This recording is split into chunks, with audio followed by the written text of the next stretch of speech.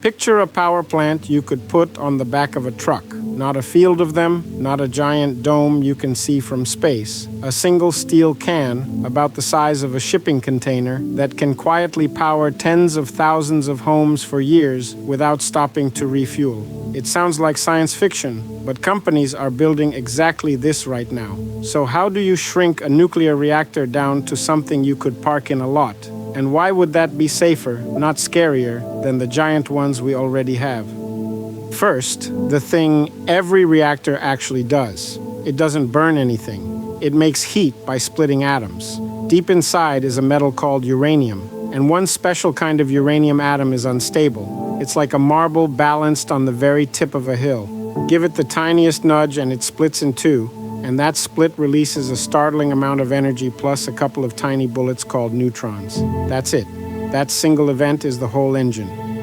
Now the clever part, the reason a pinch of uranium can power a city, when one atom splits, the neutrons it fires out go and hit other uranium atoms, and those split too, firing out more neutrons, which split more atoms. It's a chain reaction. 1 becomes 2, 2 become 4, 4 become 8. Left alone, that's a runaway avalanche. The entire art of building a reactor is holding that avalanche at exactly 1, each split causing exactly 1 more, so it burns steady as a candle instead of running wild. Here's the trick almost nobody expects. The neutrons come out too fast. A neutron screaming out of a split atom is moving so quickly it mostly flies right past the next uranium atom without hitting it. To keep the chain going, you have to slow the neutrons down. You do that with a moderator, usually plain water. The neutrons bounce off the water molecules like a ball ricocheting off bumpers, losing speed each time until they're ambling along slowly enough to actually get caught. Slower neutrons, more splits. And to control it all, you need a brake. That brake is a set of control rods, slim rods made of a material that's greedy for neutrons, like boron or cadmium.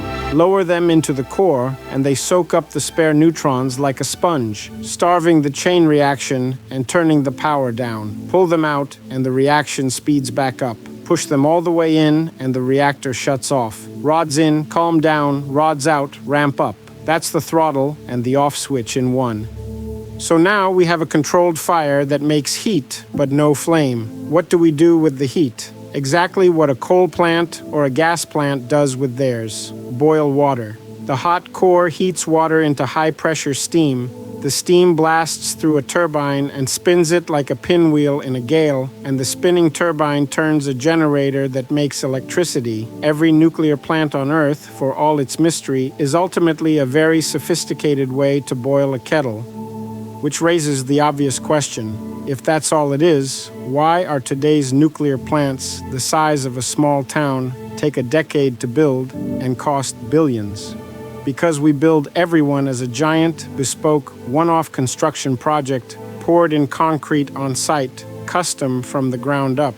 Each one is a cathedral, huge, unique, and slow, and anything built that way is expensive and easy to get wrong. That size and that custom build are the real problem, not the physics.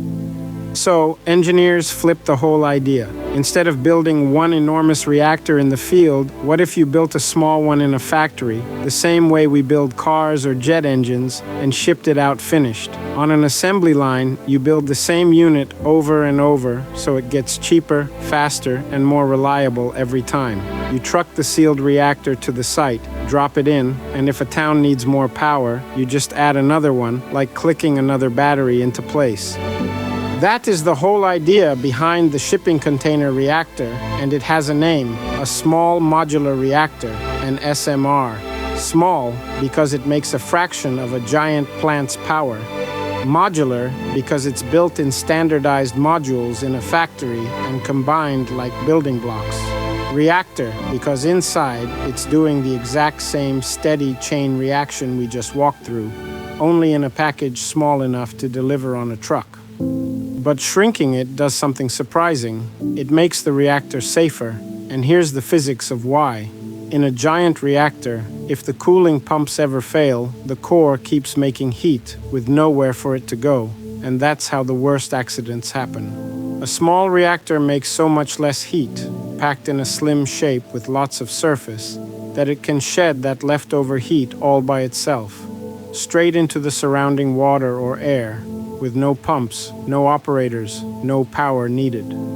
Engineers call this passive safety, and it flips the old fear on its head. Older plants stay safe because something actively works. Pumps run, operators act, backup generators kick in. An SMR stays safe because of what it does when everything fails and everyone walks away.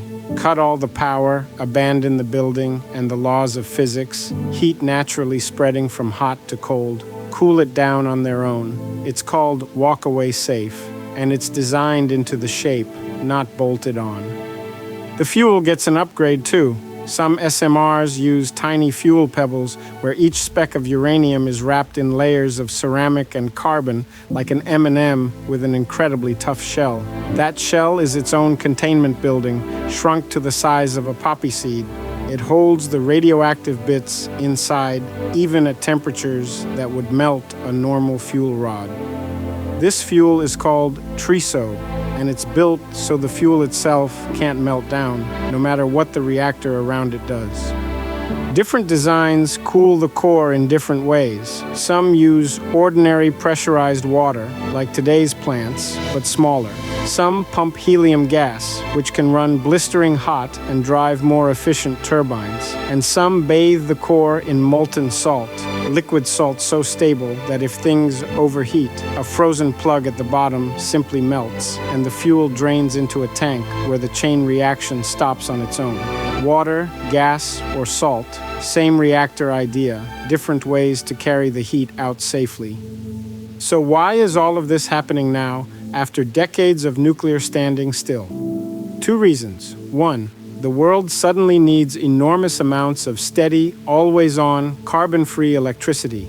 AI data centers alone are eating power faster than the grid can build it, and the sun and wind don't shine on demand. Two, a reactor you can factory build and drop next to a factory, a data center, or a remote town changes what's even possible. Power goes to where it's needed, instead of everything crowding a distant mega plant. It's not magic, and the honest catches are real. The fuel and factories still have to be built out from almost nothing. Regulators are still writing the rule book for reactors that safe themselves, and the very first units won't be cheap. The savings only arrive once the assembly line is really humming, but the core bet is a genuinely different one. Stop treating a reactor as a one-off cathedral and start treating it as a product you manufacture, ship, and repeat.